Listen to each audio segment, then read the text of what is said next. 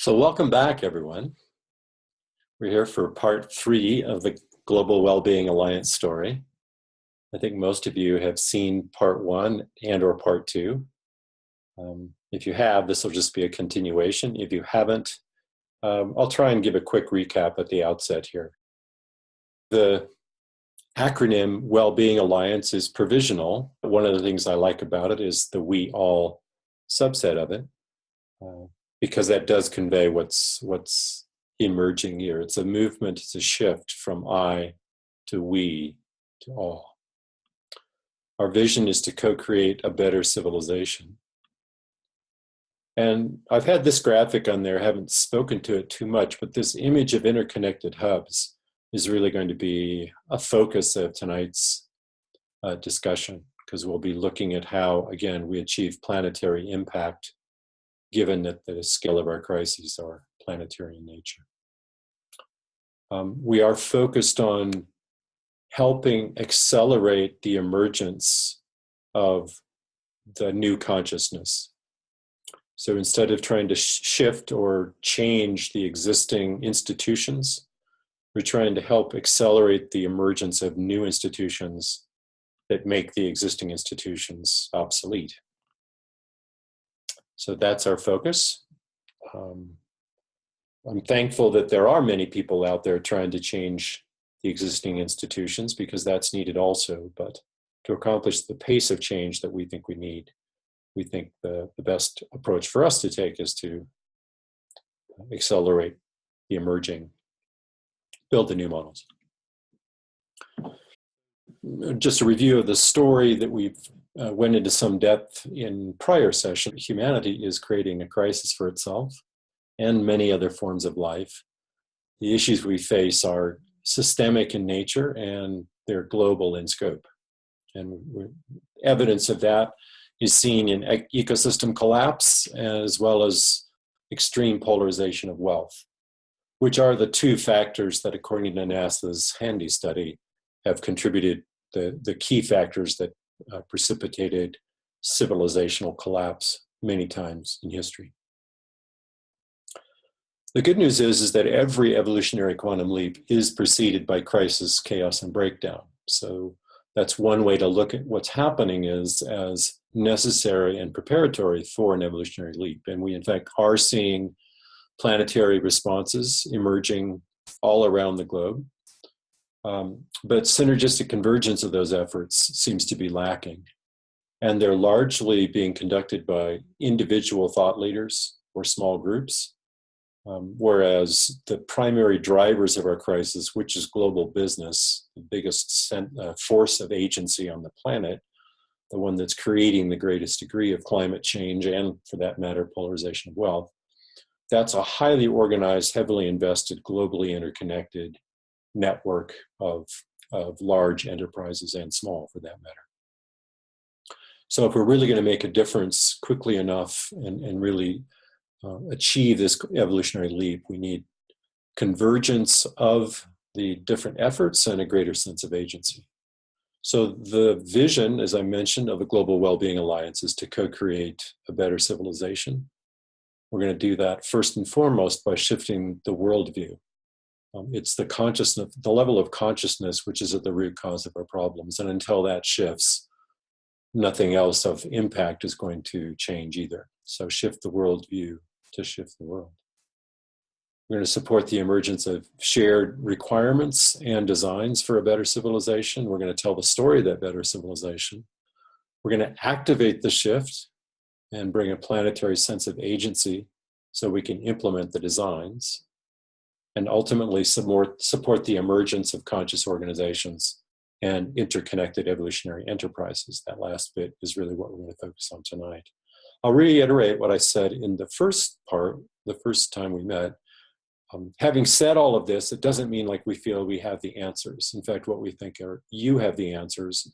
What we're providing is a vessel to help you accelerate your own personal journey and realize your highest creative expression, because that's what it's going to take on a planetary scale. We introduced in part 1 our spiral model of change, the expanded spiral of outcomes. starting with some state of disillusionment. That's a necessary precursor to being open to be awakened, and then awakening to a higher sense of consciousness, becoming informed about not only deeper understanding of practices and ways of going deeper into being, but also informed about the systemic nature of the problems in our world and the possibility of alternative models. And at that point, there's a yearning to be connected, all of which then kind of helps us understand what's going on, but those are all relatively passive outcomes. So then we move into activated, which is activating our own unique individual sense of purpose. What is our role in all of this shift?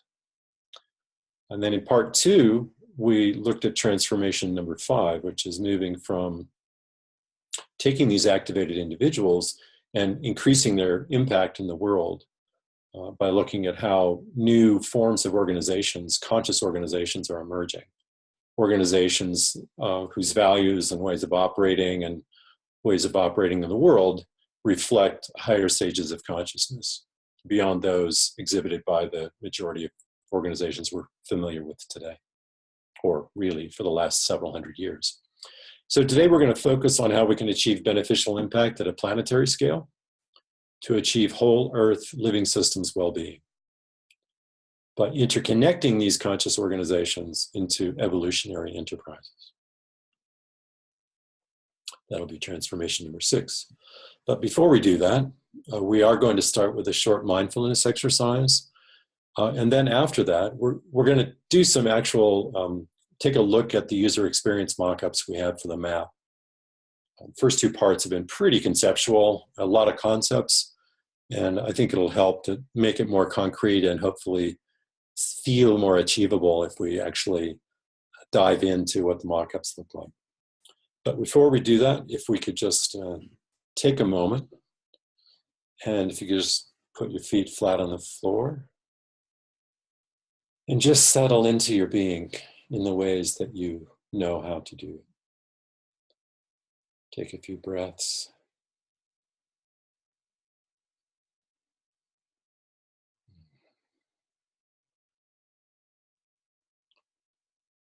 Let go of all those bills you haven't paid, the emails you haven't read. Let go of your to-do list and your wish you hadn't done list. Just settle into the moment. And in that stillness, breathe into your heart.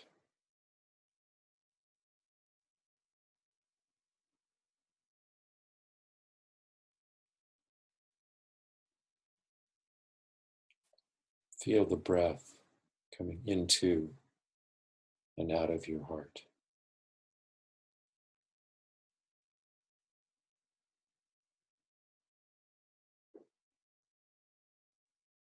Experience that as a ball of light in your heart.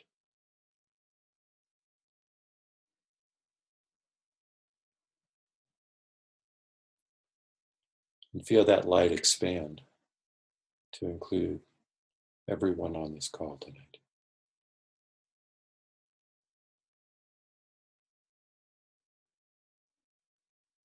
Feel our connectedness.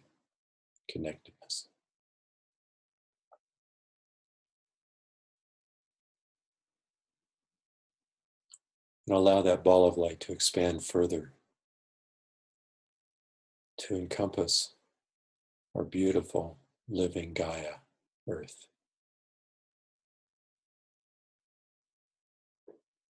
And know that we are exactly in the right place at exactly the right time.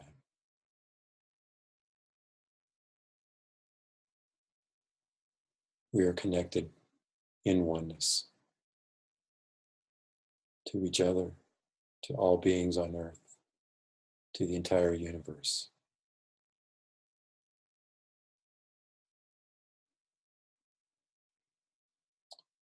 If you could return your consciousness, let that ball of light come back into your heart and just feel if there's anything that wants to emerge from that stillness. Is there any voice or sensation, impulse, thought, emotion that wants to be noticed? And as you open your eyes and come back into the meeting, I'd love it if you typed into the chat window whatever emerged for you from your inner stillness.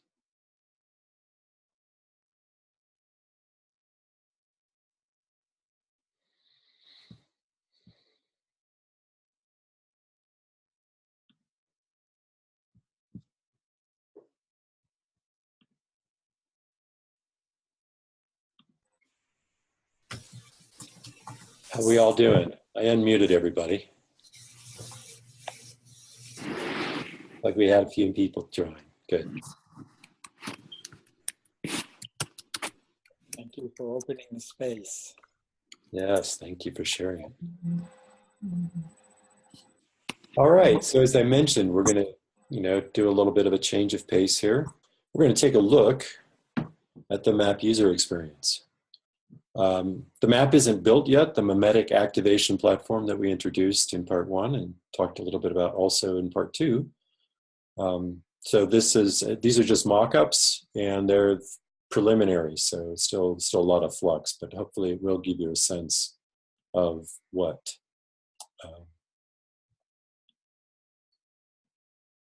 to come. Let me just quickly identify what came through on the chat. Emerging from your inner stillness, peace, that this change is possible, that I can feel in my heart the creative muse who wishes to inspire creativity. Media production. Appreciation is what emerged for Shelley, but she's saying the audio and video don't work on this computer. I hope you can dial in, Shelley, and hear us that way. If you need a dial-in number, type that request in the chat and I'll provide that for you. And from Nancy, I have an image of walking in nature and feeling free instead of concerned. Yeah. And from Meredith, the desire to participate in making a positive contribution to the planet. And Michelle can hear us. We just can't hear her. So feel free to communicate via chat, Michelle. And welcome to you all. Okay. So with that, I will move to the demo. First, I'm going to do a sort of a walkthrough on what the theory of the interface is. I want to give a shout out to the new map team, some brilliant folks now based in the Synergy Hub in Rotterdam. Some exciting stuff happening there. They have something called New Map, and it has this wonderful user interface. It's beautiful to see, and that was a big inspiration for me, and we're exploring potential collaboration opportunities, but I did want to acknowledge that. And if you ever want to go to newmap.info, noomap.info, that will be about there, that you'll find information about the new map there. I don't know if they've actually made the new map browser itself publicly available to everyone, but anyway, you can check that out. So a key thing I want to mention about the map browser is, especially for those of you that are familiar or maybe have built your own websites, those tend to be static websites. You compose every page. What map is, the concept behind map is that we will dynamically generate the user experience using information stored in those map databases that we talked about, and then also selecting different visualizers. So the same information may be presented in different ways using different visualizers. And so what I'm going to show tonight is one such visualizer, which is the Holarchy browser, we call it. So this is sort of the plan of how it looks. This circle represents one holon, and for those unfamiliar with that term, I think it was coined Arthur Kessler in the 70s, I want to say, maybe even the 60s. It's since been incorporated. It's featured in Ken Wilber's integral philosophy as well. Holon is basically the whole within the part. and the part within the whole. And that's a nice metaphor for how this interface operates. So the circle in this picture represents one holon that's in focus. And there's a title block that would tell you, well, what kind of holon is it? Is it an organization? Is it a person? Is it a meme? What is it? The name will tell you the name of that thing, and then there's room for a subtitle there. So depending on the type of holon, there can be the schema, if you will, or the ontology for the holons will indicate types of related holons. So those related holons are going to be shown around the periphery of this circle. And you'll see examples of this in a moment and make it more concrete. So if it's not making sense, don't worry about it too much. I'm just trying to give you the general plan. But you'll see related holons around the border. If you single click on one of those holons, then you'll see some information from that holon displayed in this central viewing pane right in the middle. If you double click on a holon, then you'll actually switch the focus. The big circle you'll essentially drilling into that holon, and you've gone one level further down in the holarchy, in the hierarchy of holons, if you will. And so to navigate, there's these buttons at the top that allow you, for example, to go back up a level or down to where you were. There's alternate views possible. Sometimes a tree view is easier to work with, so you'll be able to click on that. The holon editing controls are up here. There's a history holon that allows you to see a log of all the changes that have happened to this holon. And there's a notifications holon that allows you to see all the notification messages if you subscribe to this holon and want to see, so what's happened, what are the notifications that have hit this holon. You can click on that and see those notifications. Again, there's an alternate visualization menu. So if a different visualizer is available for this holon type, besides the holarchy browser, you could select from those there. And finally, I want to emphasize that holons are not just passive information containers. They actually offer actions. You can do things with them, and we'll see examples of that. So that's the theory of the interface.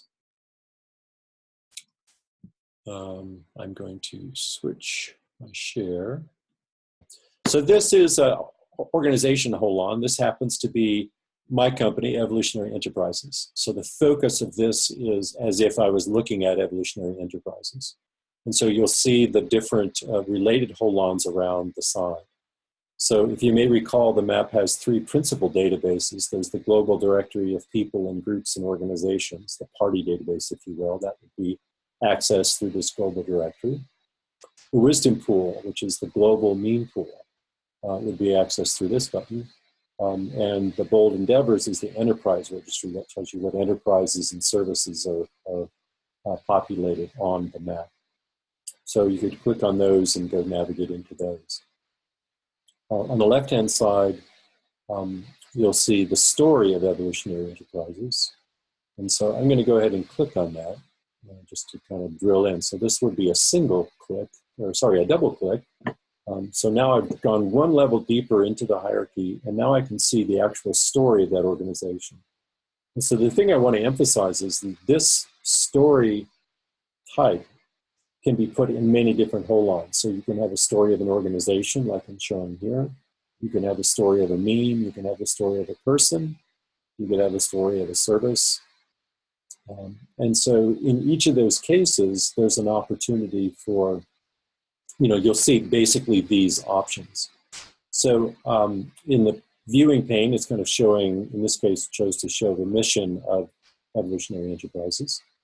But you'll notice over here, there's artistic impressions. So I'm gonna drill into that one. And so now we've done a double click into the artistic impressions of the story of Evolutionary Enterprises.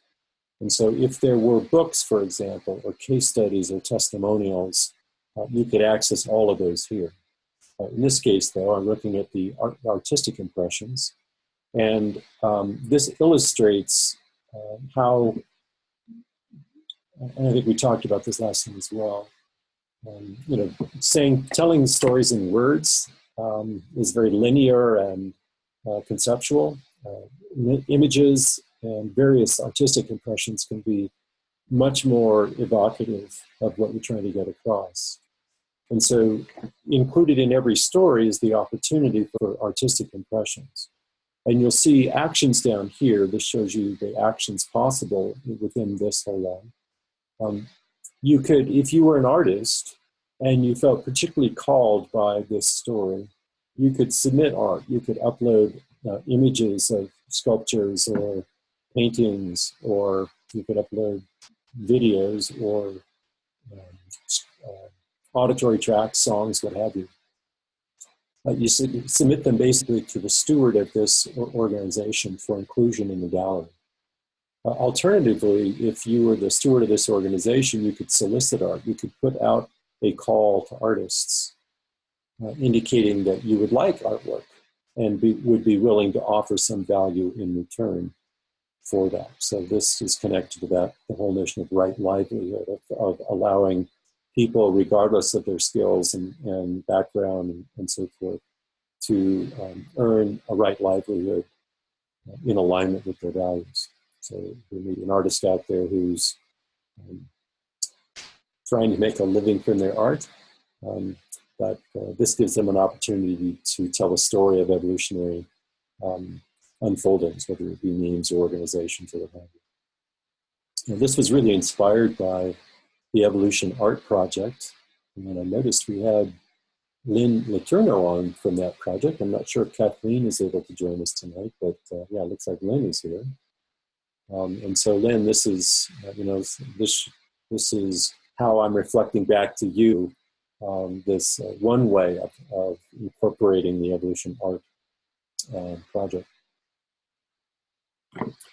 Entering the art gallery ultimately would be a fully immersive experience. The true vision of Evolution Art is to have be able to do a 3D tour, like you would do a virtual tour of a house in a real estate site. You can go through the art gallery and it would be You can interact with the different artistic works, and you can click on them to drill in deeper and so forth. So that's kind of the impression there. So that's artistic impressions. Another part of the story are books. And so if there were a book, there isn't, but if there were, you could review the book, or you could see reviews on the book, and you could also obtain the book, maybe by asking to borrow it, or you could buy it. So that's another part of a story. Again, that could be part of any story. The memetic signature, and if you'll recall, memetic signature basically indicates the memes that are expressed or suppressed by, in this case, an organization. So what this is showing is the memes. It's actually a subset, but the memes that are expressed by evolutionary enterprises. So you can see sort of the values. That's what I focused on here, the values memes. I've also included a memeplex down here, the natural principles of relationships. So if I click on that, now this is a memeplex. So now this holon, I've just drilled into the memeplex holon, and this is the kind of information that you could see about memes. So memes can have stories. Resonators would tell you how many people are resonating with that meme, have resonated with that meme. And if they so chose, you could also see who is resonating with them. Signers, if this were a declaration, for example, if this were the Conscious Business Declaration, clicking on signers would allow you to see the list of signers. Stewards would tell you who is stewarding this meme. And on the right-hand side, you can see the parties and services and enterprises and agreements that express that meme or suppress that meme. Since this is a memeplex, you could access the related memes here. We talked a bit about awakened investors being able to invest in memes. So if you wanted to see the investors, you could click here. And if you wanted to invest, if you click on this button, you could go ahead and invest. If you wanted to express this meme, you like these natural principles, and you wanted to express this meme in your organization, you could click express, and that would add it to your organization's memetic signature. So that's a really quick tour of what's going on there. If I drill in one more of the story here, you can see, okay, there's the natural principles of relationships. Here's a link to Diane Tegetmeyer's website, and Diane happens to be on the call tonight as well. And if I wanted to look at the books here, there's Diane's wonderful book, which you could read reviews and you could ask to buy or borrow it. So that's a very quick tour of how the information may be presented. Hopefully it wasn't too quick to completely lose you. I'm just going to navigate back up the holarchy by pressing this up button. And ultimately I'll just get to the top here. The final thing I'll mention, so all of those are kind of ways of navigating information and performing actions. The final thing I'll mention, though, is this journeys concept. So journeys, the map supports journeys, which are guided sets of activities that help you reach some desired destination. So an example of the kinds of journeys that we are imagining offering, and this would be an extensible list, this would grow. But one journey is just to put yourself on the map. If you're an individual or an organization and you want to get registered, you want to get your own profile updated, this will walk you through the steps of doing that in a sort of guided way. Journeys are persistent, so if you can interrupt them at any time and come back, later, the next day, the next week, what have you, and if you click this resume a journey, it will show you all the journeys you have in progress, so you can pick up the story wherever you left off. Another journey is to awaken to a higher stage of consciousness that would expose you to different practices, mindfulness practices, perhaps physiological practices, heart math and biofeedback and so forth, meditation practices, a variety of things there.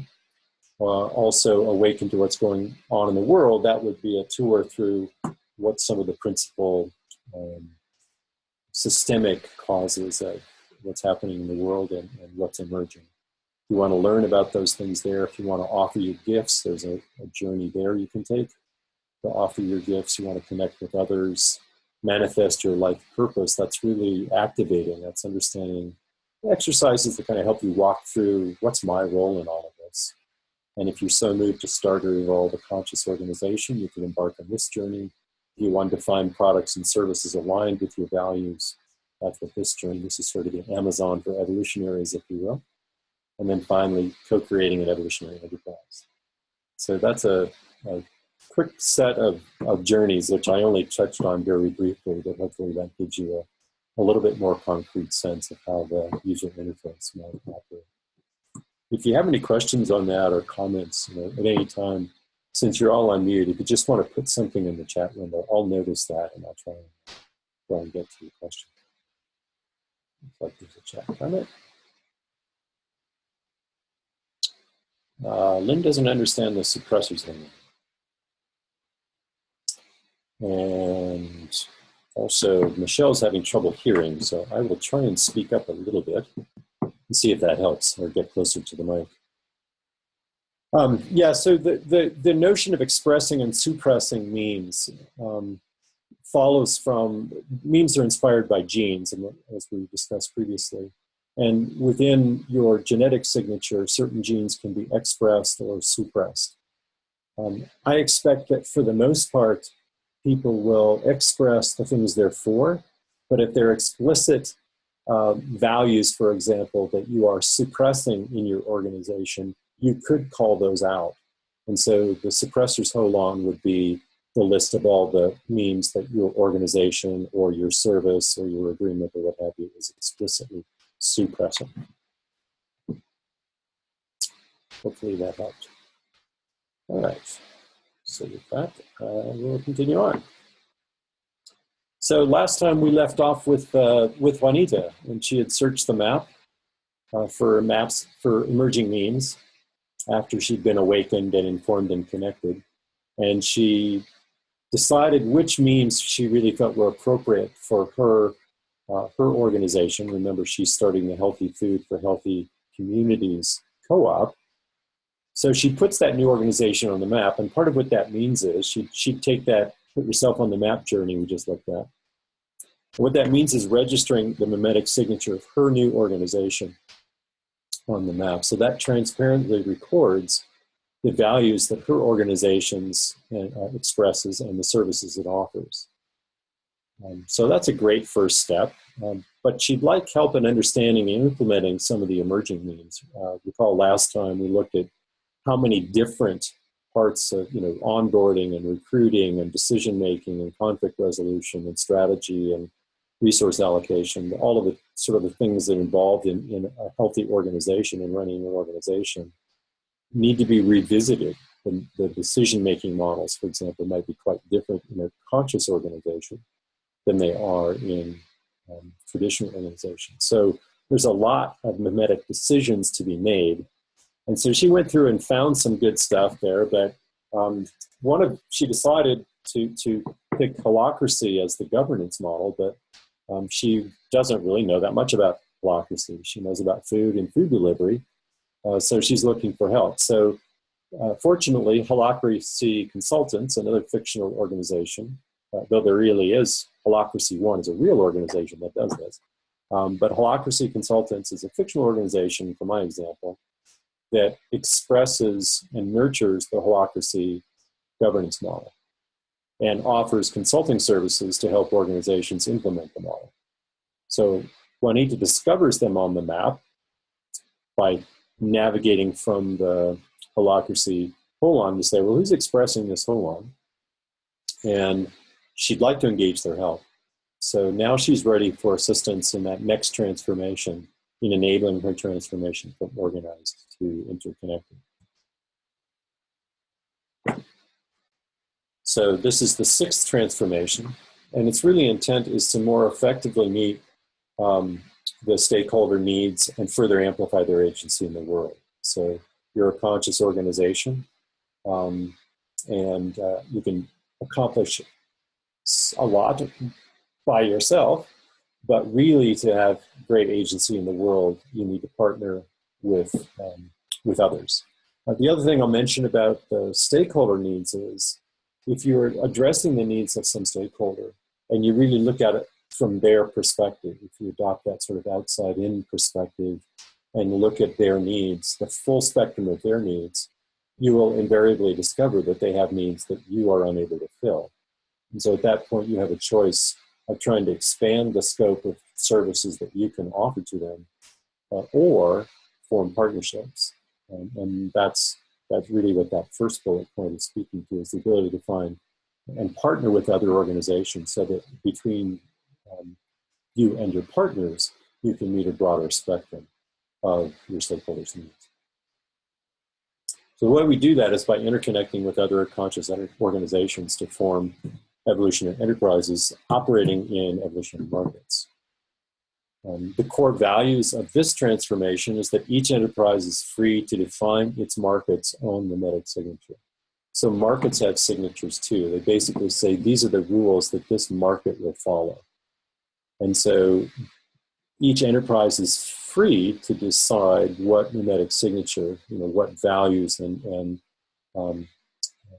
governance models and so forth, currency, etc., that particular market will operate under. And conversely, each party is free to decide which markets it wants to participate in. And as we talked about, these are very similar to the personal values. This freedom is important. It means that you don't have to waste time in barking in a bunch of arguments about who's right or wrong. You can define different enterprises and let the evolutionary algorithm sort out which ones help create a more thriving, flourishing world and which don't. So we looked at this last time, this quote from Barbara Marx Hubbard, and she said that in response to evolutionary crises, new structures emerge. And her vision is that the new structure is not some new organization. It is, in fact, an organism. So the difference between an organization and an organism is living. So we're going to look at this concept of an enterprise as a living organism. Here's some quotes. We looked at Frederick Laloux's book last time in the Conscious Organizations. And here's a quote from his book. The founders of teal organizations use a different metaphor. With surprising frequency, they talk about their organization as a living organism or living system. So again, in these 12 different organizations, that are on the cutting edge of this higher consciousness type of organization that didn't know about each other before his research started, they all began acquiring this habit of thinking about their organization as a living organism. And this is a beautiful quote, I think, that captures the essence of what is going on here. Life in all its evolutionary wisdom manages ecosystems of unfathomable beauty, ever evolving toward more wholeness, complexity, and consciousness. Change in nature happens everywhere all the time, in a self-organizing urge that comes from every cell and every organism, with no need for central command and control to give orders or play the levers. So there again, beautiful statement of living processes. And Tom Graves, who's an enterprise architect that I'm particularly fond of. I think he's brilliant and draw much inspiration from his work. Here's a couple of quotes from him. He talks about how in the past century, the dominant metaphor is organization is machine, command and control, predictable machine for making money. An enterprise, though, is a social construct. It's founded by human values and shared commitments, and hence the value of viewing the enterprise as a living entity in its own right. Where a machine is made up of engineered components, a living system consists of services, each interweaving and interacting with all of the other services in the overall ecosystem. So there you see the concept of service. So to really clarify the motivation and really the implications of this assertion that enterprise is a memetic organization, I'm going to take a deeper dive into enterprise architecture and memetics. I'll try and make this as painless as possible. First thing I'll mention, organization and enterprise are not the same. Enterprise is really a shared purpose, a bold endeavor. That's the definition. It's bounded by vision, values, and commitments, whereas an organization speaks more to structure. It's a means to achieve an ends, and it's bounded by rules and roles and responsibilities. So here's Tom Graves' picture of what an enterprise looks like. You can see an organization in the middle. It has suppliers and prospective suppliers, customers and prospective customers. And if you add to all of that competitors and regulators, then you have a market.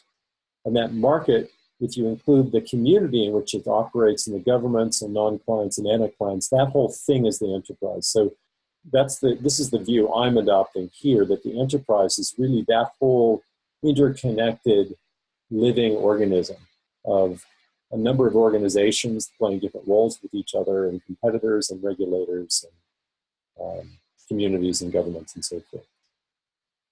So what defines the scope of an enterprise? I mean, so what ties it together? How would you tell one enterprise from another? And what do all the elements have in common? Well, what they have in common is a shared purpose, vision, values, and commitments. In other words, they have a memetic signature. So just as biological organisms are the taxi cabs for genes, as Dawkins wants to say, enterprises as memetic organisms are the taxi cabs for means. They are the substrate within which means are expressed and through which means are replicated. If you recall from last time, we said means are the second great replicator in evolution after genes. So a core concept that we saw of enterprise architecture and the map architecture is this concept of service, but it's not a strictly technical term. Service, of course, has deep connotations, which are all relevant and all intended in this, in the map platform. But here's a beautiful quote from Tagore: "I slept and dreamt that life was joy. I awoke and saw that life was service. I acted and behold, service was joy." So here's a quick look at the map concept of service. It's a relationship in which resources are exchanged between a provider and a requester. So there's some resources going into the requester, and there's value return resources. So one obvious example is money. That's not the only type of value. One of the reasons I like this fairly general concept of a service is it admits the possibility that there's many different kinds of resources that can flow in both directions. And it needn't always be money. Well, it could be. So what we're seeing here is this sort of horizontal flow. It's bidirectional. There's value flowing in both directions. It's not the same thing. It's asymmetric because there's different resources. But the idea is the value should be equivalent, or the perceived value should be equivalent. A quick note on money, and I'm not sure if Lori was able to join us for tonight's call, but Lori was in the prior call. She wrote this wonderful book called Evolutionary Money, and she sent me an email after our last session. We had a nice exchange, and she, with her permission, I've included this quote from her email, that is, in the giving and receiving that the use of money requires, it is a primary connecting force individually and collectively. And when seen through this lens, it strengthens the oneness in the universe. Giving and receiving is an inherent aspect of the structure of the universe, and money is the physical form of that. Each time I pay a bill or receive some form of payment, that transaction has connected me to thousands of people. So that's gives you just a small taste of where she's coming from in evolutionary money, but I think it basically is contributes to a different consciousness about how we think about money and what its potential role could be. Now, I have a lot of objections to our current currency models, and I'll talk about that a little bit more later. But I think this basic notion of money as a medium of exchange, as supporting the giving and receiving, supporting the notion of sacred reciprocity, is a much healthier way of looking at it. So we looked at resources being exchanged. I want to just emphasize that resources come in many different flavors. You can see them listed here. The thing I'll mention also is that some are depleted with use, like, if you cut down a tree, or if you buy some cereal or a car, then there's, if whoever had the car previously doesn't have it anymore, and the tree doesn't stand anymore. Whereas others aren't depleted. So love, for example, isn't depleted with use. An asset, just for definition purposes here, an asset is a resource that is temporarily being stewarded by a party. So we're shifting away from this notion of ownership to when a resource through service flows, you may come into possession of certain resources. And the view there is that you are temporarily stewarding those and promoting, and ultimately those will flow outwards to others. So it's more of a stewardship concept than an ownership concept. Services interact in venues, and they come in different types. So I'm not going to go into detail on this, but there's just different ways of interacting. I'm mostly just trying to show you the breadth and the generality of the concept here. So venues could include physical things like offices and stores and massage centers, or physical classrooms where you have person-to-person interactions. They could be person-to-system interactions, like what happened with the web application, system-to-system, automatic payment systems, like that, or system-to-person. So if an email blast is coming from a system to a bunch of people. So those are venues. So we talked about the horizontal dimension. Services also have a vertical dimension. And that's really a movement where the intent of the service is to enable a shift from the current state to some desired ends, some values that we're trying to achieve. And so the delivery of the service is aligned either explicitly or implicitly with those desired ends. So an example might be supply chain transparency. So one of the values that governs this service is we're going to tell you the full list of companies that are on the supply chain for this product. Or fair trade is another value that implies a degree of social justice, for example. So the horizontal flow would convey maybe the food product or whatever, but the vertical dimension would define the values, in this case fair trade, that govern the delivery. So the agreement values specify what the provider and requester of the service find jointly to be valuable.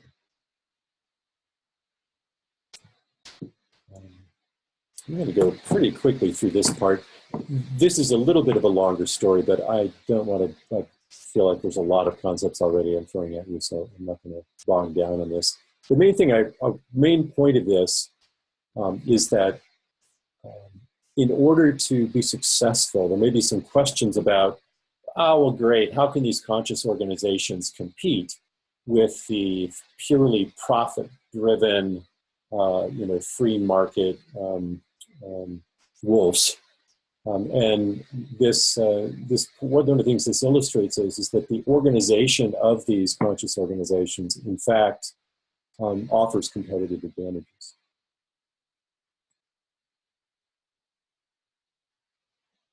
Brian had a question on the last slide, whether the desired ends and the realized ends are in the right places. I'll go back to that quickly. So the realized ends, that's already happened. These are whatever ends have already been realized for good or ill. That's the current state. And the values identify the desired state, where you want to go, and where this design and the delivery of this service is intended to help us realize the desired ends, help us shift from the current state, the realized ends, to the desired ends. Hopefully that answered your question, Dan. Okay, so yes, here's your question. Good. Thanks for the question. So services have a life cycle, and if in a traditional organization, you'd have all these functional silos. And so what would happen if they're developing a new service, there'd be a value stream called concept to offering, which is they'll come up with some strategy, they'll give it to product development, develop the service. They might need to work with some vendors to get parts or supplies for the delivery of that, so they'll negotiate agreements with vendors. They'll bring an offering to marketplace with a price and do marketing and a marketing function. And then from offering to agreement, that's really the sales process. So you push it through the sales process. And then once you've sold it, then you need to fulfill the service. You need to manage your inventory. You need to send an invoice, collect on your accounts receivable. And then finally, you need to support the product or service, and might need to have spare parts sent and so forth, reverse logistics. And ultimately, you'll come back to considering how ways we may want to enhance the product or service. And so that comes back into strategy and starts it over. So that's how a traditional life cycle would work. There's cues really in each of these vertical silos. And there's the triangles represent sort of the traditional top-down decision model. So with the hierarchical decisions and the cues, what that results in is wasted time and effort to get through the different organizations, which means long latency. It also means you're not responsive to a fast-changing environment. So by contrast, in a conscious organization, as we saw last time, the service is, in this case, the service is being provided by this provider. All the decisions are made in the hub, and the hub actually instead of pushing it through a bunch of silos, the hub pulls the product through the life cycle. So all these decisions, strategy, product development, and so on and so forth, those decisions are all being made within the hub. So that means less latency, fewer decision-making delays, which is faster time to value. There's less wasted time and effort, so that's lower cost of delivery, and certainly greater agility, which means you're more responsive to a changing environment. Now, one obvious question that might beg is, well, yeah, but does that mean, in my little hub, do we need to have experts in all of these functions? It turns out that's a really deep question. That would be another, when Roger said I had 9 to 15 hours of material, that's another 3-hour deep dive, which I'm not going to do. On the first one, which is consolidating moments of truth, which is a very powerful concept that innovative companies are discovering. But what I will talk about is leveraging effective service relationships. So the way that happens is through this concept of interconnected hubs. So the big circle, again, is an organization. And each hub, in this case, I have a marketing hub and a product development hub and a service delivery hub. And so hubs can differentiate, just as cells can differentiate. Hubs can differentiate, with some hubs providing shared services to others. What's important to note, though, is that each of these hubs is free to decide what services they want to offer. So the marketing hub can decide what marketing services it wants to offer to other hubs in the organization. And the service delivery hub can decide which services it wants to take advantage of. So it may decide it doesn't need marketing services, it can bypass that, or it can do it itself, or it may decide it does need the marketing services offered by the marketing hub. The decision is up to each hub. So an agreement is sorted out between them that governs that service, and that could include like how fast are you going to deliver it, and what commitments to quality you're making. If there's problems in the delivery, how are we going to resolve conflicts? How long are we engaging in this? One of the things about this kind of organization is it can be on an as-needed basis. It can be very dynamic and fluid. So you may enter into an into an agreement for a brief period of time, and you get what you need, and then you move on, and the agreement can cease.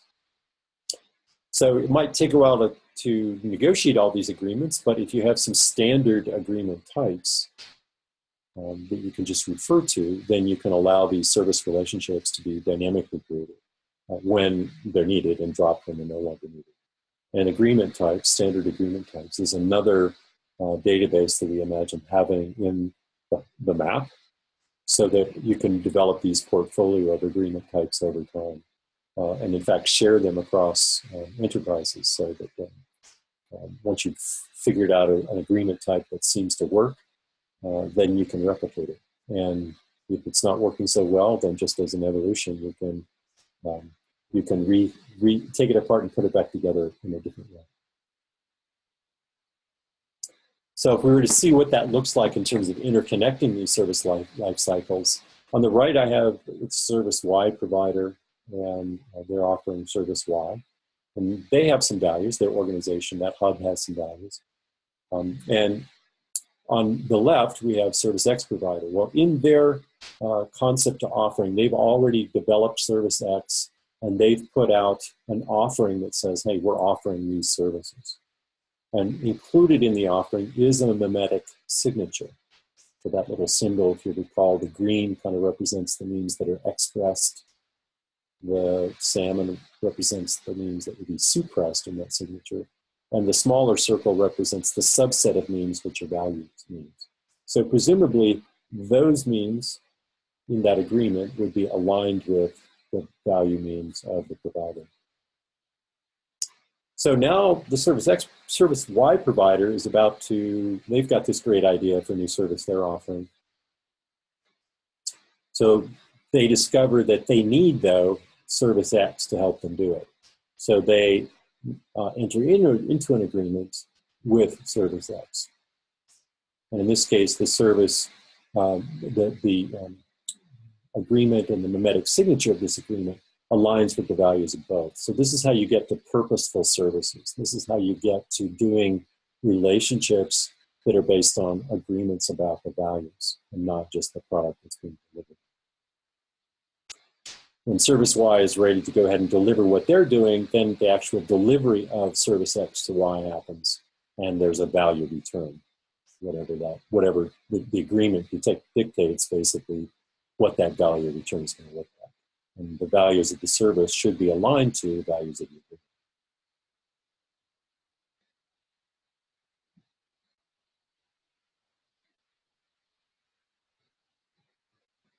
Okay, I think Michelle has to leave. So thanks for joining us, Michelle, and we'll talk tomorrow. I know it's late out on the East Coast. Okay, so enough of that. I want to kind of rebuild the story into something a little more lively. Trying to get back to this notion of living organism. But before I do that, I'm going to talk about the fractal nature of service. So here we see service, and as we saw, the service offering has values. And then we see hubs, and it's a very similar model. The hub has values, and it has a bunch of services that it offers. And then you can move from there to a conscious organization. So that's consisting of hubs, which offer services to each other, and the organization itself has values. So you can see this sort of fractal pattern repeated. So when we talk about evolutionary enterprises, it's the same pattern at the next level up. So now we're interconnecting conscious organizations that all have some degree of alignment to the values of the enterprise as a whole, and they offer services to each other. So previously we said that, we looked and said, well, what ties the enterprise together? Well, it's just these values. So if this is able to operate, another way to think about this is go back to the organization. If the hubs are all negotiating agreements with one another, and as long as they're aligned to the values, then in some sense the importance of having that container goes away. Do you really need the organization? And there are some values and there's some benefits of that, and certainly that will be true in some cases. But this kind of helps understand how an evolutionary enterprise might operate. So that's the deeper dive into enterprise architecture. Thanks for taking that journey with me. Now we're going to take a quick peek deeper into memetics. So we said last time that memes are the second replicator in evolution, so far as we know.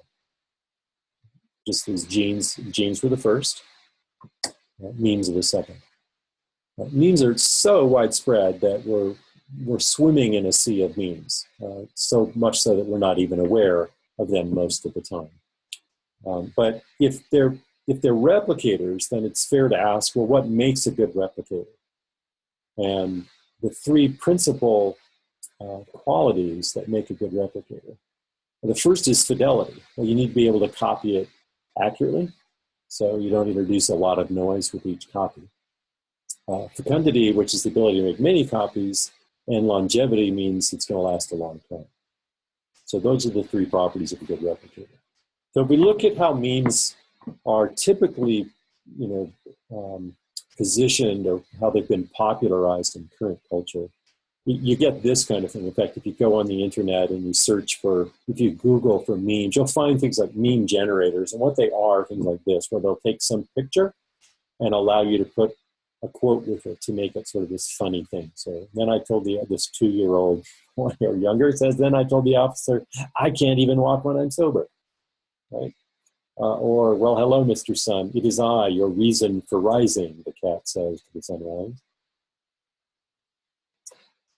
This meme over here with the toilet paper is I got this from Susan Blackmore. That she wrote the book called The Meme Machine. Really, really excellent book, I'd recommend. But she gave a TED Talk where she used this meme in her TED Talk, and she questioned why this has become a meme. But I included it just to show that memes aren't just words, they can be images as well. So these memes are frivolous because although they may be easy to copy with the internet, with digital media, it's very easy to copy. And there may be even high fecundity. In other words, they might get copied a lot, but some of these may go viral and actually get widespread presence. But they have very low longevity, right? They're pretty ephemeral. They hit the culture, they may go viral for a short period of time, and then they tend to disappear. So that's what I mean by frivolous memes.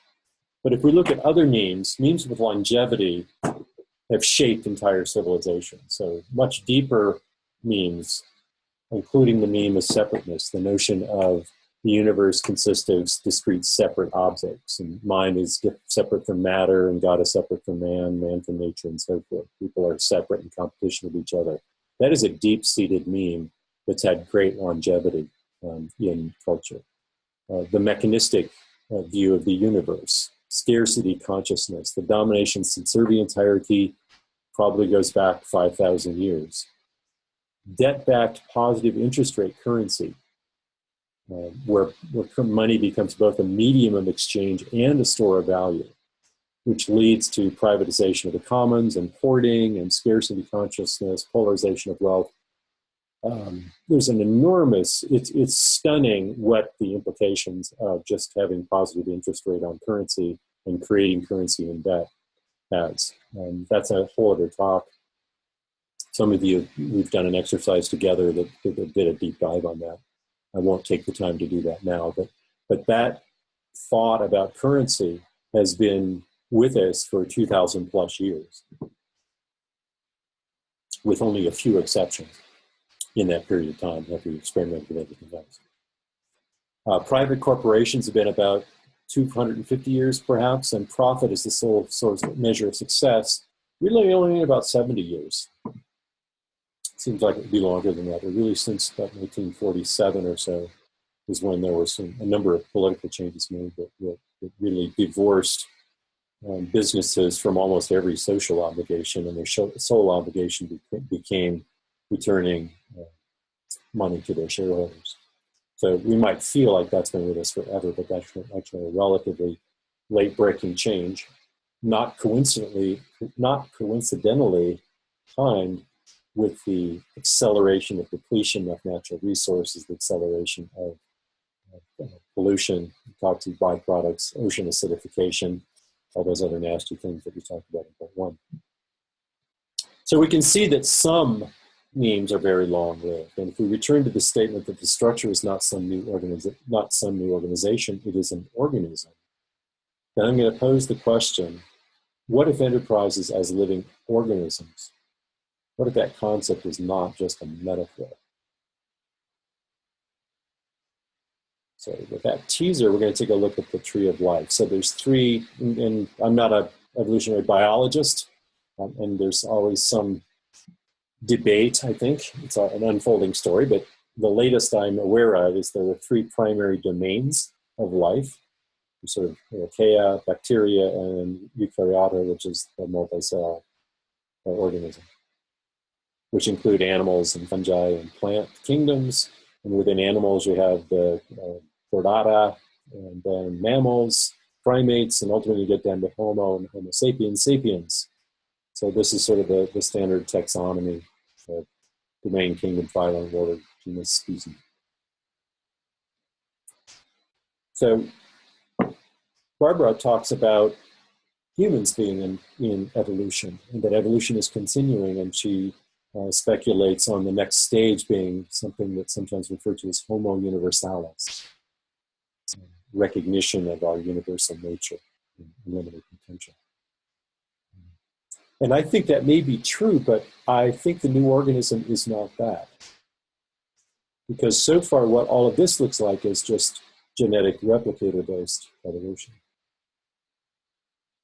But if we look at the other great replicator, which is the memetic replicator-based evolution, and we look at Memetica as a domain, so similar to biological domains over here, Memetica is the root of the memetic branch, then is there a similar taxonomy for memetic organisms?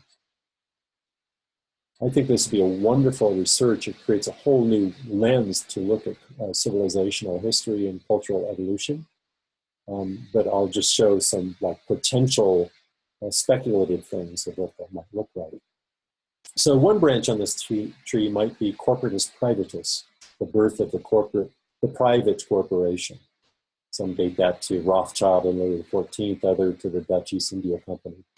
But basically the first time that functions that historically had been performed by governments were privatized into private corporations. And then a more recent development, as we said, is corporatus privatus profitus, which is that, profit is the sole measure of success. So we can imagine a whole family of organisms, a whole range of enterprises, if you will, that share certain memetic traits. So this corporatus privatus might be, they have an order or something like that. And it gives birth to not just private corporations for profit, but also non-profits. They're also private, but for so corporatus privatus non-profits is the term I coined. And more recently, the public benefit corporations, corporatus privatus beneficium. So we can see there's different species, if you will, that may be possible within the family of corporatus privatus. But they all of those share debt-backed positive interest rate currency.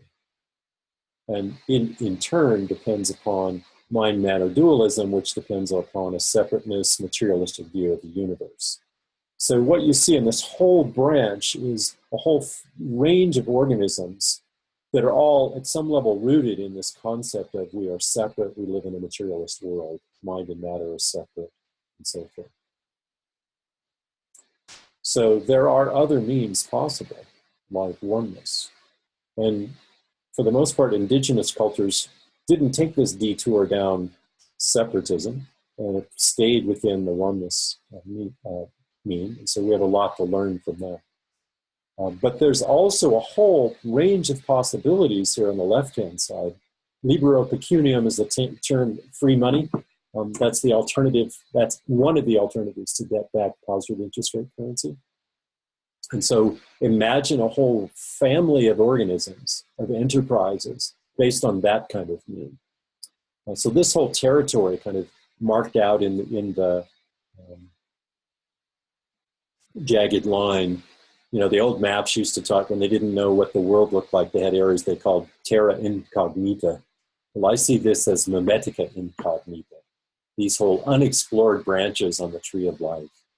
And that's really what the Global Wellbeing Alliance is seeking to enable, is for other branches of memetic life to emerge and flourish. And I want to make one point here, which is the map itself, the Memetic Activation Platform, is one of its principles is for it to be memetically neutral.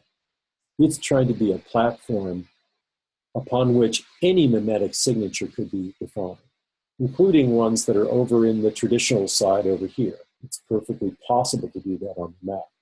The alliance, the Global Wellbeing Alliance, has a purpose to it, which is to, create a better world. So the alliance seeks to explore these other branches of life and really allow the evolutionary algorithm to sort out which of these are really effective in creating the sort of thriving, flourishing world that works for everyone that we're trying to create.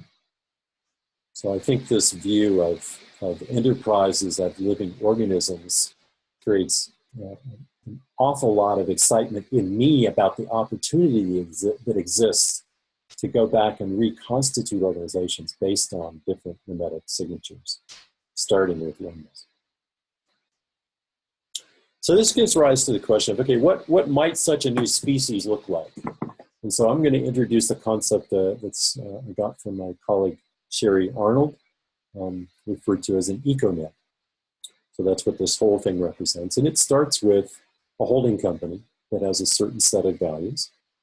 And in this case, in the econet, the holding company is really the culture holder for the econet. If you recall last time, we found from Laloux's research that in conscious organizations, in teal organizations, the role of the CEO had shifted from, chief decider and chief strategist and so forth. All of those types of activities were delegated down to the hubs. So what was left for the CEO was to be the culture holder for the organization, to make sure that the values and principles of the organization were adhered to, and that under pressure, under tension, the organization didn't snap back to old habitual forms of behavior, old value systems. So the holding company in an econet is playing that role. It's defining a certain set of values for the econet as a whole.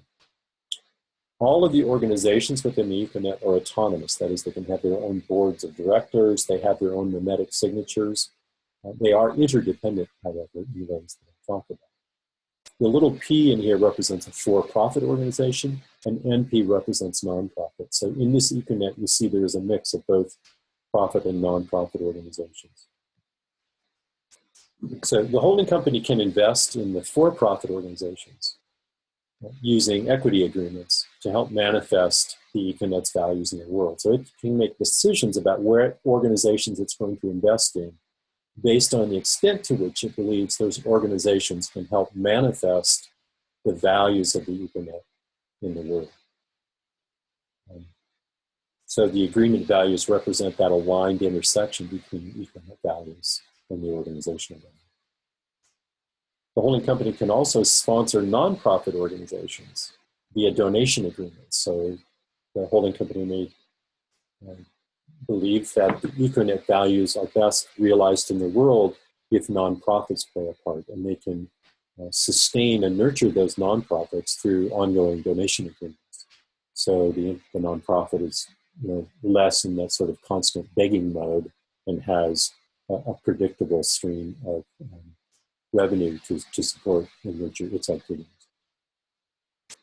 There's other kinds of income streams that are possible in Econet for nonprofits. So one would be an affiliate agreement where the, let's say the nonprofit is a community building type of nonprofit like Humanities Team. So they have 500,000 or so people in their network, in their community globally. Well, that's an enormous pool of people that if they were to carry the message of some services offered by an organization in the Econet, if it was aligned with the Institute's values and their stakeholders, their community members, we could share the message. And if that resulted in some community members actually entering into agreements, service agreements with the for-profit organization, then a finder's fee or an affiliate fee could be returned to the nonprofit. So that's another revenue stream.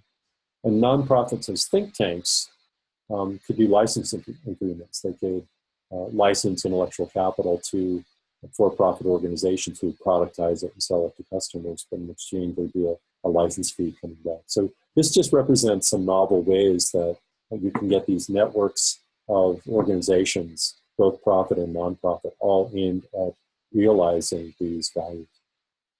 And of course, organizations can enter into service agreements with each other, as we've seen. Finally, investors can help manifest the Econet values. If they believe in these values, then they can choose to invest in the holding company through an investment agreement.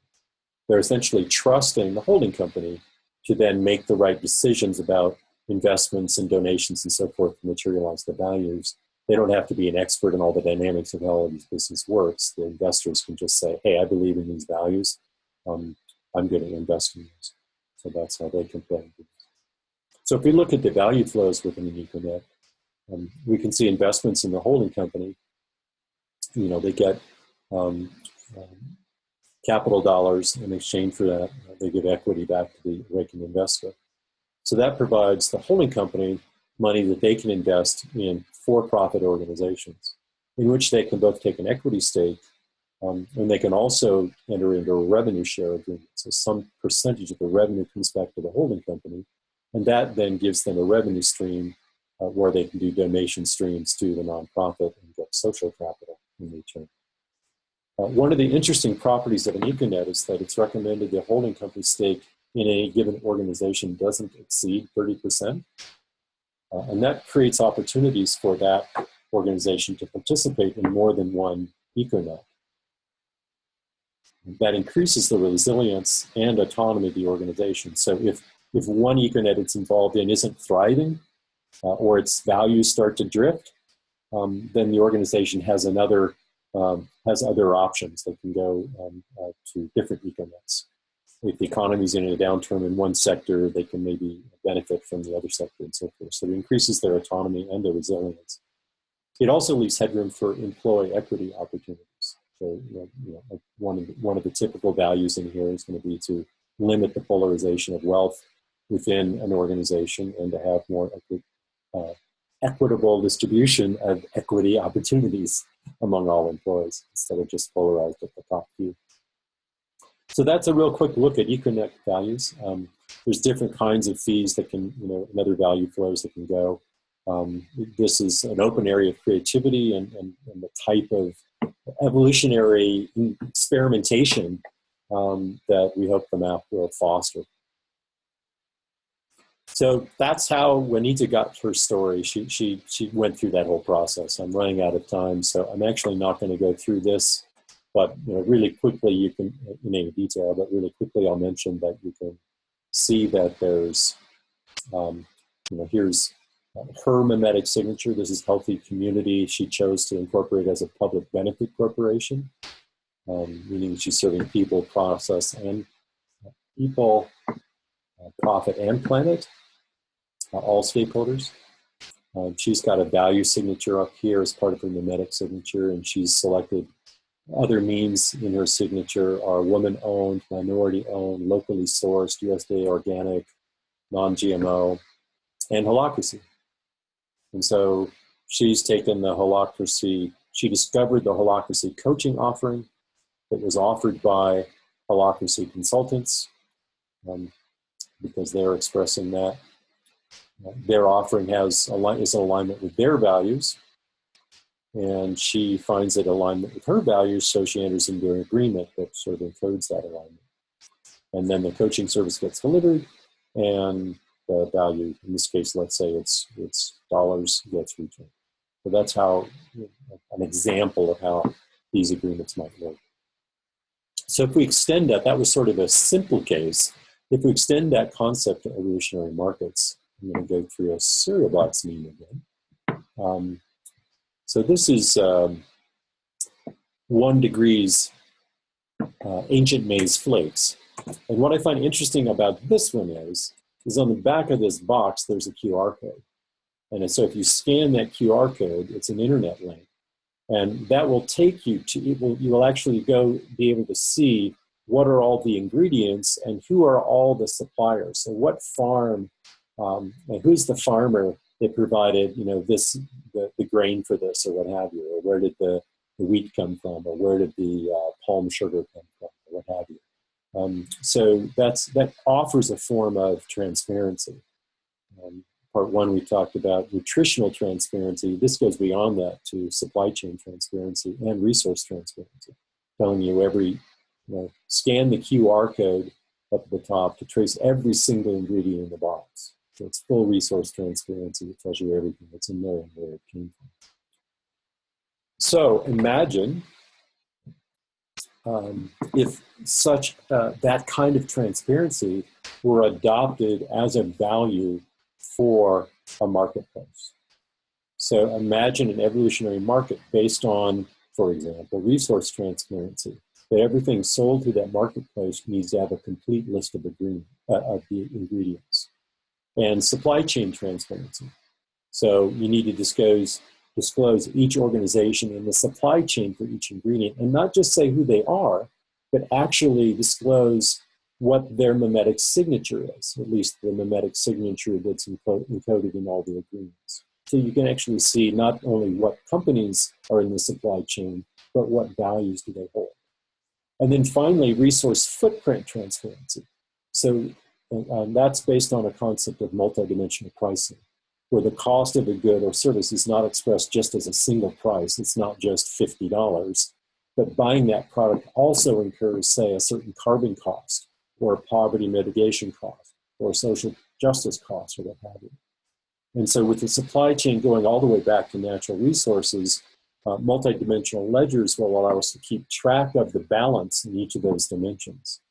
And so this really generalizes the notion of a carbon tax and allows you to pass it along, or not, you're free to do so, but if you don't pass it along, then you have that debit on your ledger. You might have a carbon debit or a social justice debit. And so if you pass it along, you're not going to be able to pass it along if the market isn't willing to pay that price. So that creates powerful incentives for you to reduce your social justice costs or your poverty mitigation costs, maybe finding alternate providers that don't pass along such costs and so forth. So I think this is just a fairly future-oriented example, but I'm trying to illustrate the power of what an evolutionary market might be like. Imagine if these are the barriers to enter. In other words, to sell in this market, you must adhere to all of these values. Okay? So then I'll ask you as consumers, if you had a choice between buying something from a transparent market or from an opaque market, which would you choose? Well, I think we almost always choose the transparent market unless it's a big price differential, right? So especially and we talked in the past about how social justice and environmental justice are linked, and the polarization of wealth has created massive amounts of poverty in the world. So, you may not feel you have a choice. If the price is higher, you might have to go with the more opaque market with the toxins and pollution and byproduct and carbon footprint and so on and so forth. But what if, so that discrepancy in the price between the opaque market and the transparent market creates incentives and therefore investment opportunities to reduce that cost, to reduce the cost of transparency. And we have some services planned in the MAP platform, digital signatures and crypto agreements, that we think can significantly bring those prices down to almost nothing. And so if cost could be brought to parity, then just imagine the market pressures on the opaque companies as they start losing market share. So again, you don't have to convince them of some, hippie granola kumbaya values, to paraphrase the disparaging terms you sometimes hear. You don't need to convince these other companies when they start losing market share because they're not transparent. To the companies that do embrace social justice as a value and environmental justice and so forth, imagine the market pressures. So that's really the power, and hence interconnected evolutionary enterprises and markets is really how we ultimately see this vision of co-creating a better civilization at a planetary scale unfolding.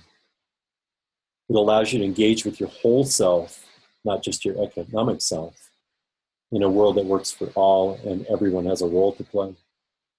It's life-affirming and regenerative in the biosphere. It ensures the basic rights and needs of all people, and people's freedom is sovereign, and their creativity is completely, they're free to express and encouraged to express their full creativity, supporting the evolution of humanity. That's the world we're trying to create.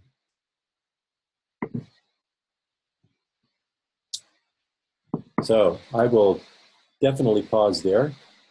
There is one more segment that I will get to if you are interested, which is great. If you like the vision, what's it going to take to build this thing? I had a few questions in the first session about, how many developers is it going to take, or what do you need on that? So I can go in that. It probably would take about 3 or 4 minutes to go through that. But let me just pause real quick, and I'll stop the share and allow people to chime in, see who's ever left.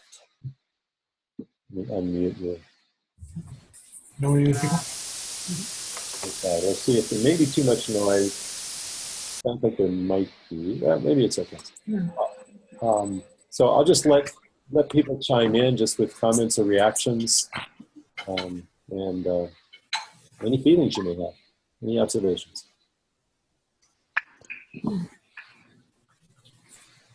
One word from me is it's really far-reaching, and in terms of all the consequences it would have, as you outlined at the end there. Mm-hmm. It's just a new way of thinking about how a company, not-profit, fits into the whole. Mm-hmm. I think that's really breakthrough stuff. Mm-hmm. Thank you. Yeah, thank you for that feedback. Yeah. What I'm seeing is that it's a new way of thinking, but it's based on all of the evolutionary principles that got us to where we are. So they're very old, and they've been tested by time. And every time I see one of your drawings that look like living cells, living organisms, that these models are so congruent with that, it can't help but succeed because it's in total alignment with what got us to where we are. Mm-hmm. So I find that very exciting from that standpoint.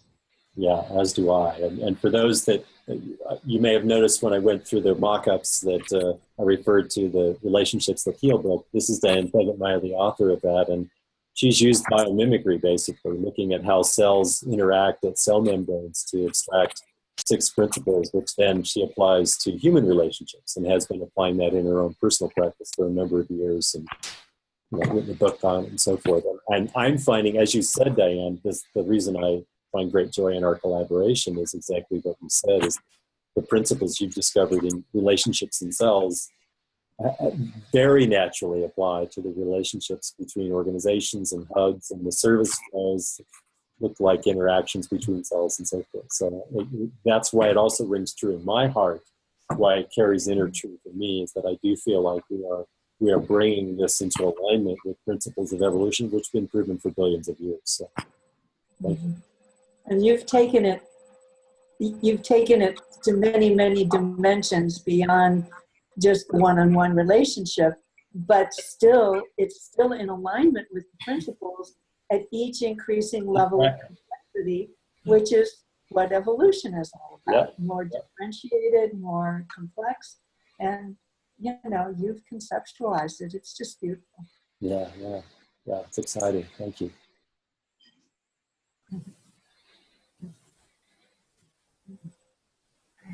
Anyone else?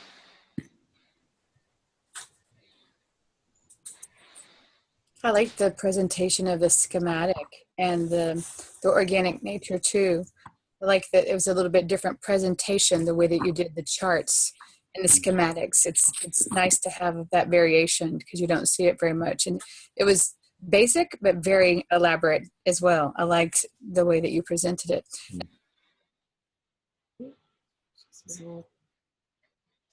Oh, you're cutting out, Carolyn. I'm open. I just also wanted to say that I'm open to that one other subject that you wanted, the 3 or 4 minutes. I vote that you have that time if anybody else wants to second that motion. I second it. Yeah. All right, sure. I'll go ahead and do that. Not rushing you. I was just saying that I'm open to it. No, I'll go ahead and proceed with that. I've muted everybody again. And yeah, because I think that's a big question. Like, is this just some utopian fantasy? It's all foilware. Anybody can put together a presentation. How realistic is this really? So I will return to that question. And I'm only going to touch on it, obviously, in a few minutes, but I'll give you at least a taste of why I think it is possible. So what's it going to take to build it? There's this, that.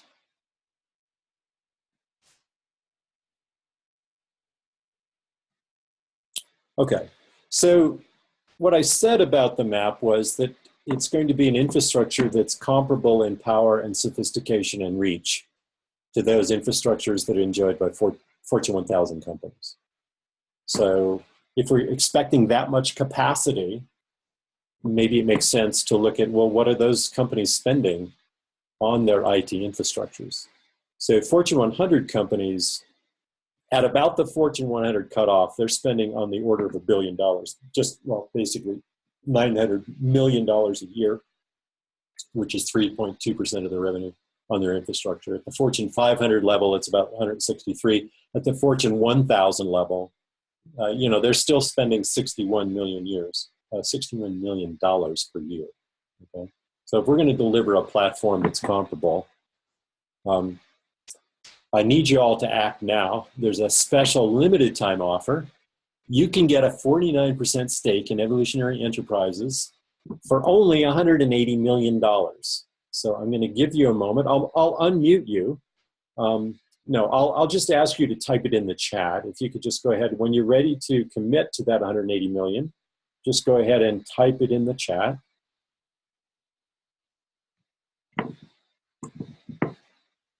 All right, Carolyn, thank you. All right, well then we don't need any more of the presentation because I just got the 180 million. Yeah, that's 3 years worth. That should be enough to get us off the ground where we're getting some revenue. So 3 years should be enough. So thank you for that $180 million. I'll look forward. I'm sure the check is in the mail on that.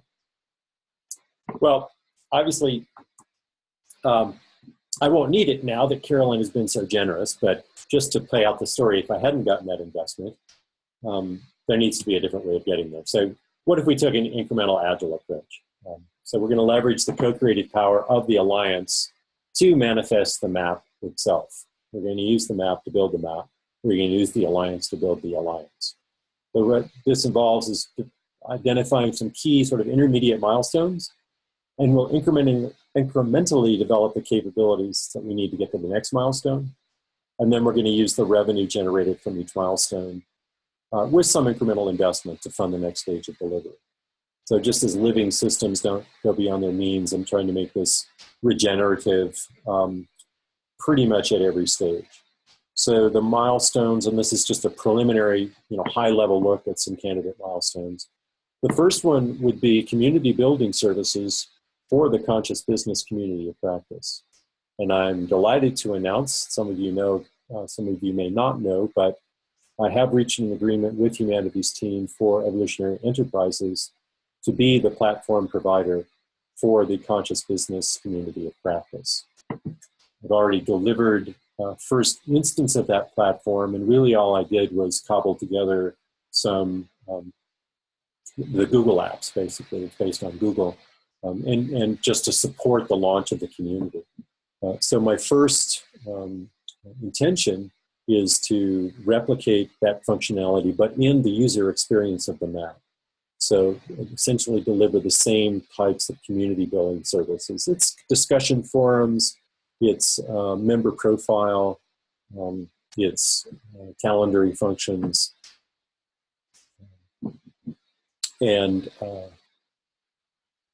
knowledge repository. Those are the primary services that's being offered. Well, the meme pool, the global meme pool becomes the knowledge repository, and the person hold-ons become the profiles and so forth. So I think you can see how it kind of fits. So that would be the first milestone. And from there, once I have those, then I can offer what I call multi-tenant community building services. So make that same capability available to other communities. And this is part of the value proposition to Humanity's team. One of the reasons they like this is they get a very sophisticated platform without having to underwrite the entire cost of that platform. So I'm charging them a very small subscription fee for the services that is far less than the cost to build the platform. But the reason I'm able to do that is once I build it, then I can make that platform available to other communities. So that would be the next milestone. And then creating the whole meme market with the global meme pool and the matching services would be the next step. And that introduces a complementary currency, a demurrage currency, actually a negative interest rate currency instead of a positive interest rate currency. So that provides an alternate currency model there. And I already have a good foundation for that with the cryptocurrency with a partner that I have. But that will be coming then. And then from there, we can go into that evolutionary enterprises with the various services to actually support negotiating those agreements and exchanging value and actually conducting commerce, basically Amazon for evolutionaries at that point. So that's, I have actually much lower level milestones. There's intermediate milestones within those higher level milestones, but this at least gives you a sense of the incremental path of how we might get there. So the first two support the connect transformation, and then this one supports awaken, inform, and activate, and then the final one supports the organize and interconnect transformations, those outcomes. How big is the market? If we're just focusing on teal, it's worth looking at, so how big is the teal market? Ken Wilber and Don Beck estimate that about 1% of the population is operating in a teal level of consciousness. That's growing, and we're trying to accelerate the growth of that. So if, but in 2016 with 7.4 billion people, you can see the growth based on world population growing here by 2020. And if we can capture 5% of the 1%, then we can get that kind of population numbers. So what is that? If we look at that as the population of people, so 74 million people are operating basically at a teal level of consciousness. How much do they spend? Well, here I took the per capita spend, which is heavily skewed by the massive poverty in the world. Obviously, in the developed nations, these numbers will be much higher, but I am trying to serve everyone, including people in poverty-stricken countries. So I'm looking at, well, they spend on the order of $11,000 a year in 2016. And that's growing at 6%. So if we got, the annual spend from that, in 2016, there's $842 billion. It's $1.2 trillion, $1.3 trillion by 2020. So accelerating that market, there's plenty of headroom if we can get the teal folks in the world on this platform, we can create enormous market pressure. And finally, what do I need right now? Here's some of the needs that I need. Glad I got the 180 million. But I also need conscious business community support, and I'll be looking to the humanities team for that. So help support the Google platform that we have. I need software developers. So those of you, my prior colleagues who are software developers or know them, these are the kinds of skill sets I'm looking at on the software development front. I'm looking for a UX designer. I intend to use holacracy as my governance model. I would really love if there was a holacracy SME who could, subject matter expert who could join our team. Cryptocurrency is a key feature on the meme pool and ultimately in the enterprise, evolutionary enterprises. I really believe this research project around memologists and cultural historians, how do we classify the meme pool? How do we organize it in a way that is searchable and usable? What might that taxonomy, I showed a fanciful view of it, but looking through the lens of the history of civilization, really put together that notion of, what are memetic families and orders and phyla and species and so forth. I'm also realizing there's a role for meme stewards, people that can help thought leaders get their memes in the meme pool. Hopefully they know how to spell there. That should be Their. And then also mappers, more generally, people that help other people and organizations put themselves on the map. So those are just some of the roles that I need. And that is the last slide. So now I will check the chat.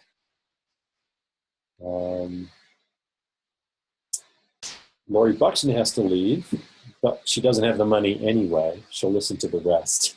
Yeah, I appreciate that. We are going a bit over. George had to leave as well. But that is the last slide. I want to thank everybody for staying on for the final, going a little bit 10 minutes over. But we did get through all the material, and I'll just open it up for as long as people want to ask questions or make comments.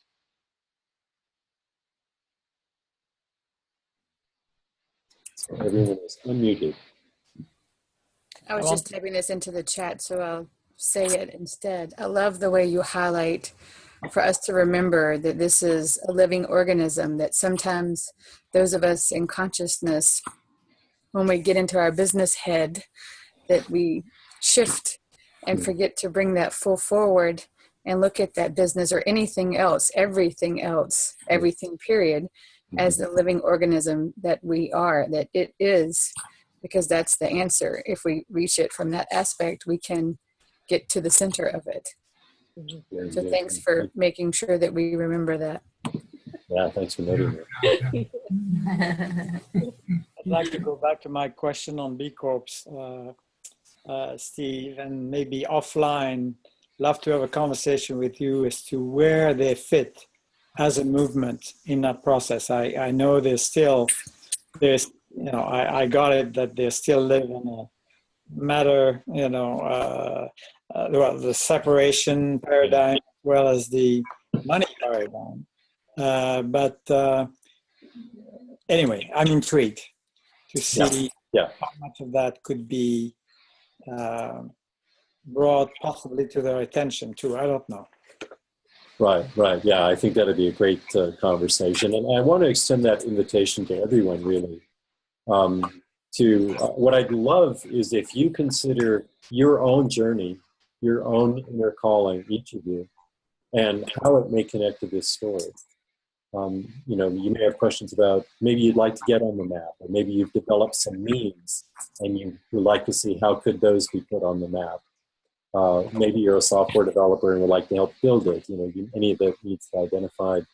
Maybe you're trying to start an organization, or you're in an organization. Whatever your situation might be, it would be fun to engage in a conversation about how might your highest calling intersect with the vision for the map. And it may not be something that we could actualize now. I am having to spend a great deal of my energy right now focused very much on delivering the capabilities of the map so it becomes real and not just foilware.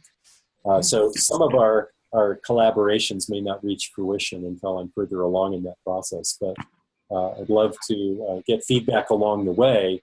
You're kind of the early adopters and the early receivers of this message. So any comments or ideas or questions like you asked on it, I'd love to have those explorations. Carolyn touched on this, but I really like the fact that you kept returning to engaging with your whole self. You know, our spiritual self, our true essence, and then our business head, like you said, Carolyn. You know, I really like that theme was interwoven, and I think it underscored the fact that, yeah, we're part of a living organism. We are part of a living organism. And our mechanisms of commerce, of exchanging values, can be also, through what you just demonstrated, part of our living organism. I really like that. Yeah. I always had a question, I've been having a question for a while, regarding how the 12 sectors of the wheel of co-creation fit into this. But it really clicked in tonight when you were talking about the various organizations and how they all bring their own specialized forms of services to others. Mm-hmm. And so I can see almost every single sector of that wheel of co-creation participating in the model that you put together. I think that whole, you know, everything is represented by that wheel. It's great to see that it's encompassed in your concepts. Right. Yeah. That's cool. Yeah. Just quickly on that whole self thing, you know, I think I shared in part one, you know, my dual path of my economic self and my essential self, and how I, you know, tended to compartmentalize myself when I was at work. I could only bring, you know, my intellectual self and my working self, and I left all other parts of myself, you know, very carefully separated from how I was at work. And I was aware of that on some level, but it was only when I left, you know, Oracle in January that I realized, I viscerally felt it in my body, that sense of deep exhale that I described, of coming back together. It was only then that I realized how much tension I was holding in my body around it. And, you know, being able to bring my whole self into this endeavor has allowed me to tap into what, you know, and channel through what wants to download through me. Been very creative, you know, and so it's like, I want to create that experience for everybody. And that's what I see the map, you know, helping to facilitate. So yeah, I think that notion of, and I was delighted to discover that was one of the three primary principles that Lelou discovered in every one of these conscious organizations, was exactly that notion of bringing their whole self to the organization and being, you know, being safe and encouraged and nurtured and valued. The people did that. So yeah, thank you. Mm-hmm. I'd like to, hi. Hi. Hi. I'd like to, again, I mean, I think every time that we are on a call or a conversation together, I'm just always struck by your essence and the humble way in which you carry it through. And I just have to bring it again. And, you know, I think I will continue to do that every time.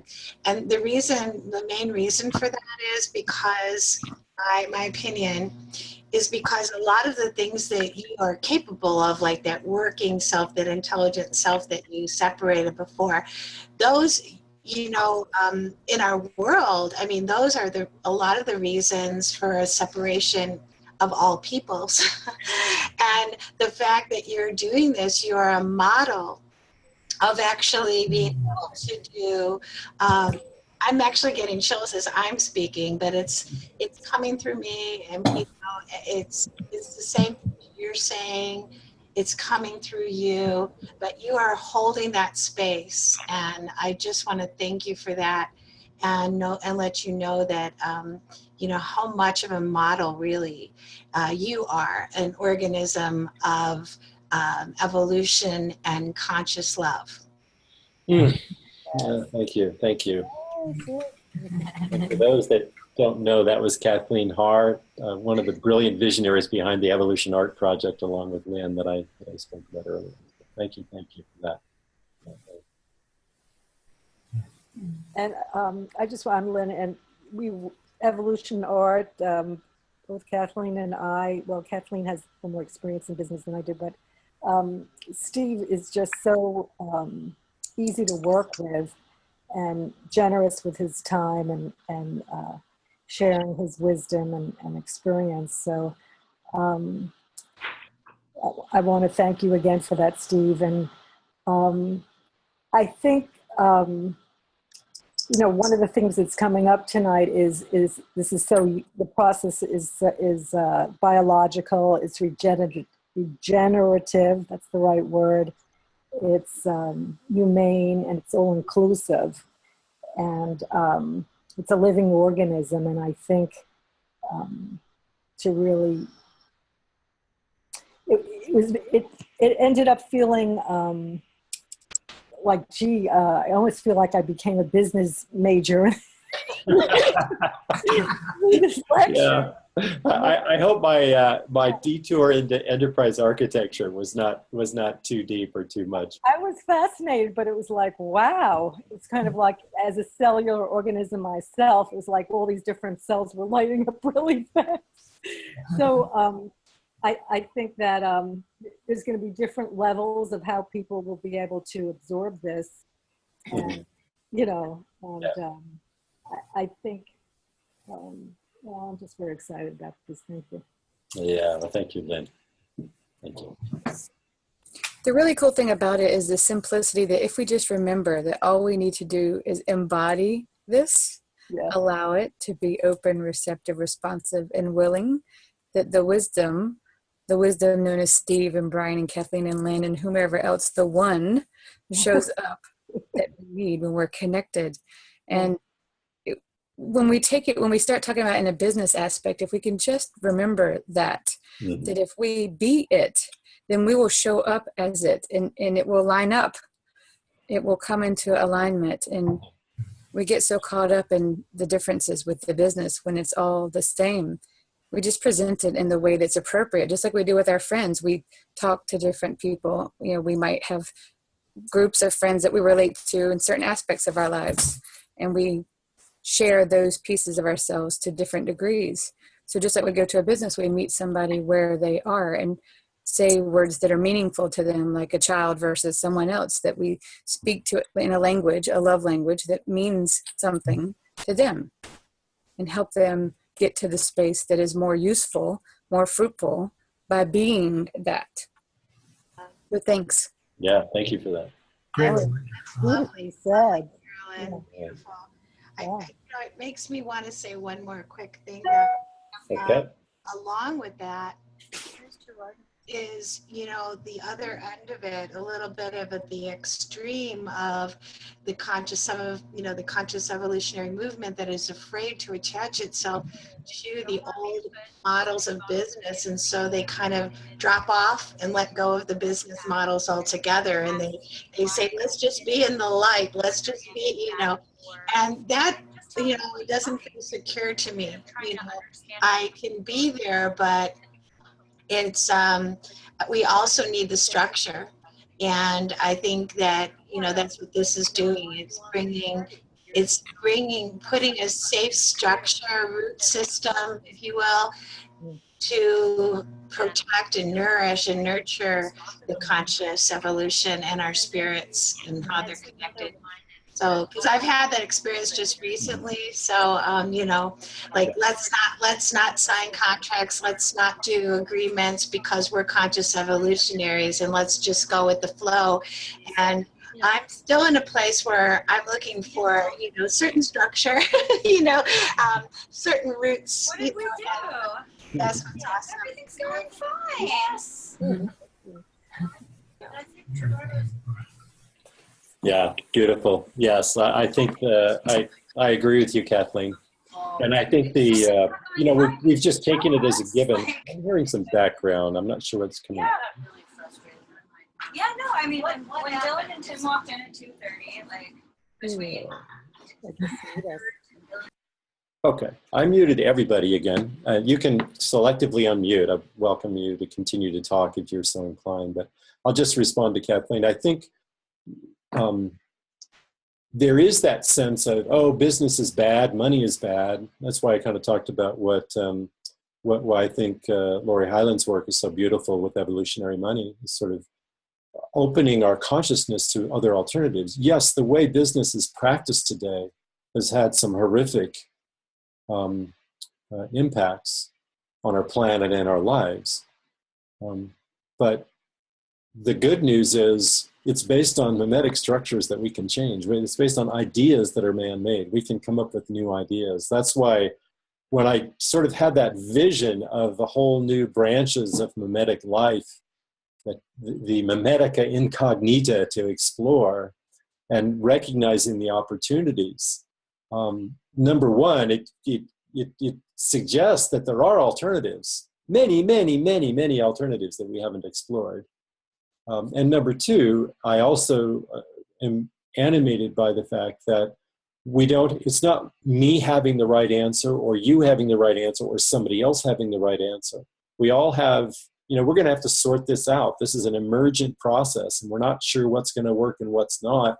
And we don't have to argue about it. Let's just all put our memes in the meme pool and let's express what we resonate with. Let's follow our own inner guidance and, let these unfold in the way that they naturally will want to unfold. So, thank you for your comment. Yeah. One example just this past week that I brought up the idea of having my friend who's an attorney look over some paperwork that it just wasn't making sense for me.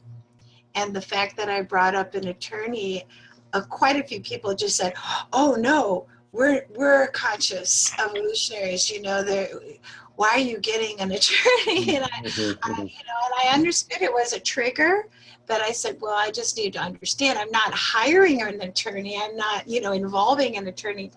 And it was just funny, that I brought up the word attorney and it's almost like a dark cloud rolled in. So, and good, very, very good people, very intelligent people, but they're, trying to create something new. This was in the feminine, the feminine area that I also work in, and the feminine want to do it a new feminine way without the patriarchal. And I said, well, yeah, but all agreements and all wording is very feminine. And depending on how you use your words and how you state things, and if it's done without the underlying, in between the lines, kind of things hidden and stuff, then it's still good, Yeah. So anyway, I know I'm talking too much, but it really just sort of rang a bell with me. Yeah. Good.